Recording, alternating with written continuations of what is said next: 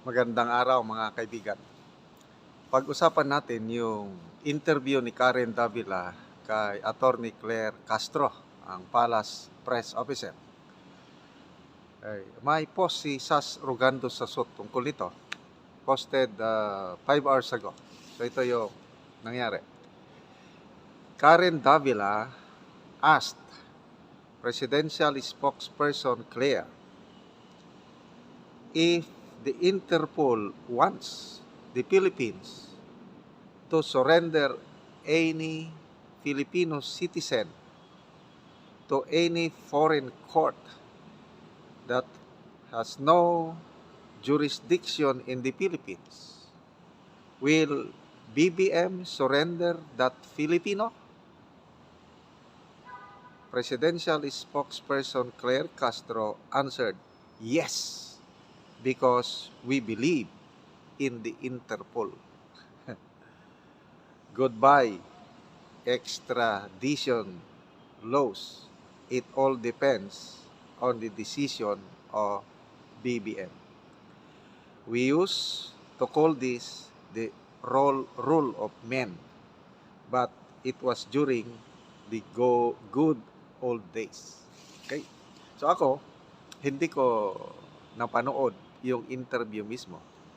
But believing sasasot, very scholarly, very magandang pagre-research niya. Itong ganitong nangyari, ano na ba? Meron pa bang batas sa atin na susunod? Di ba meron tayong extradition law na may susunding proseso bago ang isang Pilipino na nandito sa Pilipinas gusto ng ibang bansa, ibang korte na dalhin doon, dapat dadaan ka sa batas, yung extradition law. Eh kung ganito, Interpol lang ang mag-request, kagaya nangyari kay PRRD. May-request lang ng Interpol. By virtue of a warrant of arrest ng ICC, kahit hindi na tayo member ng ano, dahil lang sa Interpol, sige, binigay si PRRD. So, maganda itong tanong ni Karen Davila.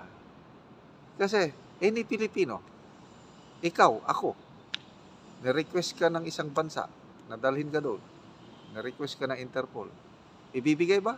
Ang sagot, yes. Nako, ano nang mangyari sa atin?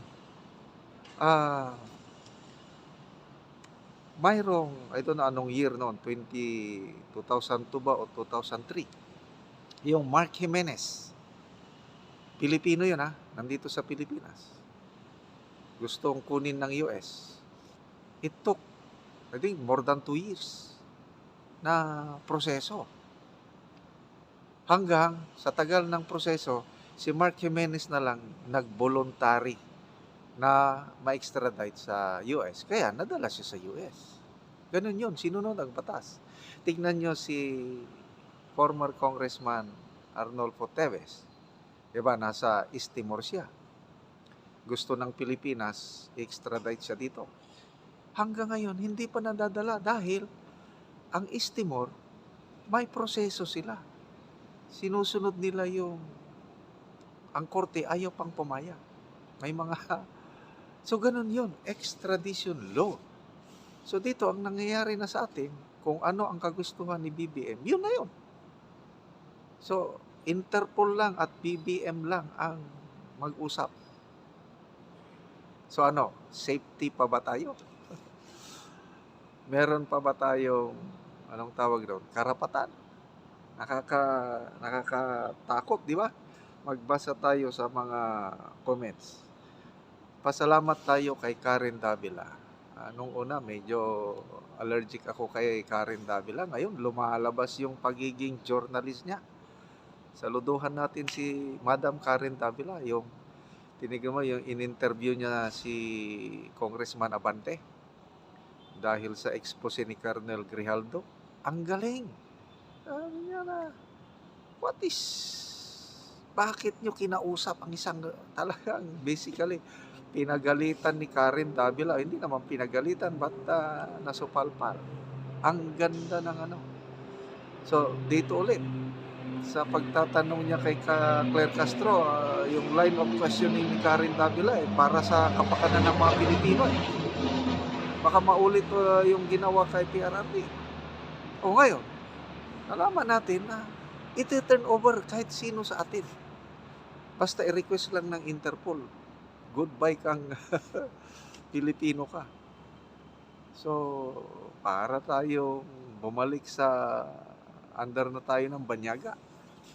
Basa tayo ng mga comments. Okay. Elson Ogario. Sabi niya, seems she's not a lawyer. Joje Tingson. Is she a lawyer or just a spokesperson? Seems like the law is whatever BBM says it is now. O, ganun nga.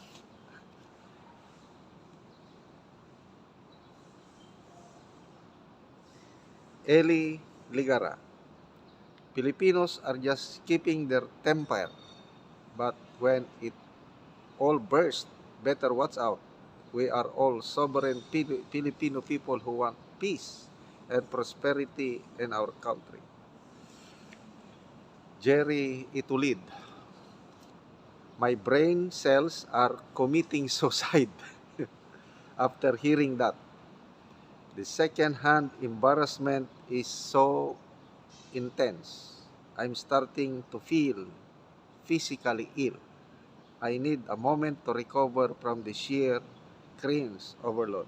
Kahit ako, medyo kinabahan nung mabasa ko itong post ni ano nang nangyayari sa atin? Balik na sa dati? Marcos Sr. na pamamaraan? Nakakatakot.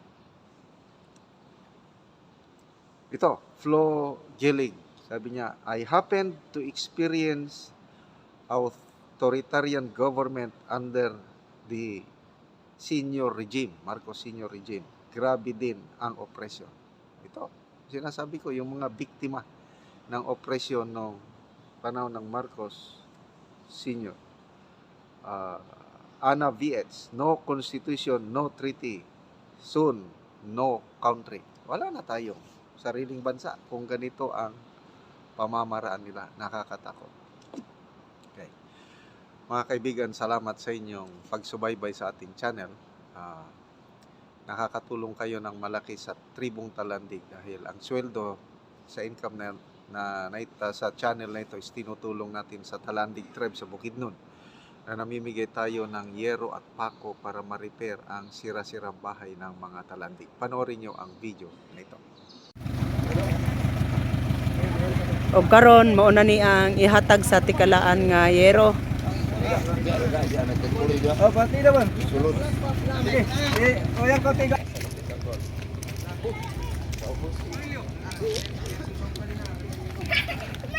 Oh, bakit masahan ka anak kay Sin?